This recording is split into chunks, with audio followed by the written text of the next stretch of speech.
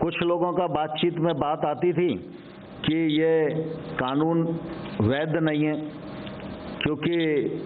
कुछ लोगों ने ऐसा बता रखा था कि कृषि राज्य का विषय है और केंद्र सरकार उस पर कानून नहीं बना सकती। तो हम लोगों ने उनको बैठक में भी संतुष्ट करने की कोशिश की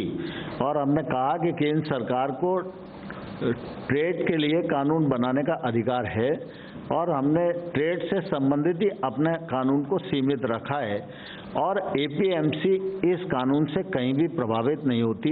एमएसपी भी कहीं भी प्रभावित नहीं होती। और ये सब उनको बताने की कोशिश की और फिर उनको हमने ये लिखकर भेजा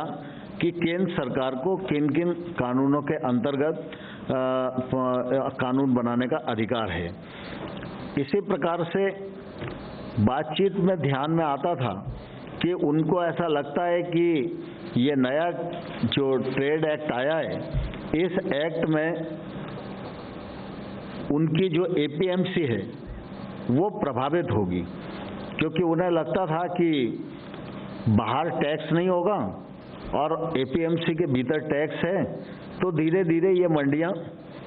दिक्कत में फंस जाएंगी। तो हम लोगों ने उनसे कहा कि वैसे तो कुल मिला के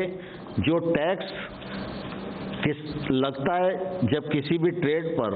तो व्यापारी टैक्स की वसूली किसान से ही करता है। अगर टैक्स नहीं लगेगा इसका फायदा अंततोगत्वा किसान को होगा, लेकिन फिर भी अगर आपकी आपत्ति है तो हम लोग इस पर विचार करने को तैयार हैं। और इस आशंका पर हम लोगों ने प्रस्ताव दिया कि राज्य सरकार निजी मंडियों के रजिस्ट्रेशन की व्यवस्था भी लागू कर सकेगी और साथ ही ऐसी मंडियों पर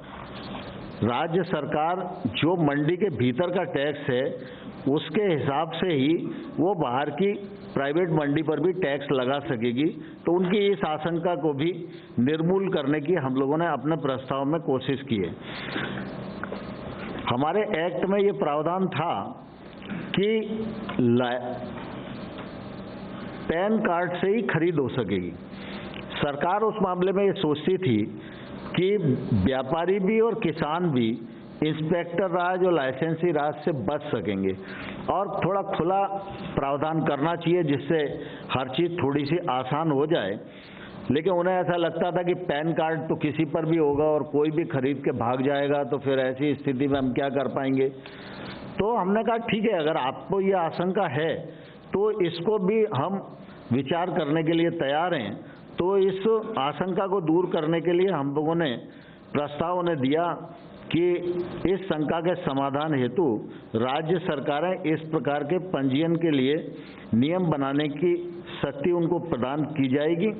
और जिससे कि स्थानीय परिस्थितियों के अनुसार राज्य सरकार नियम बना सके।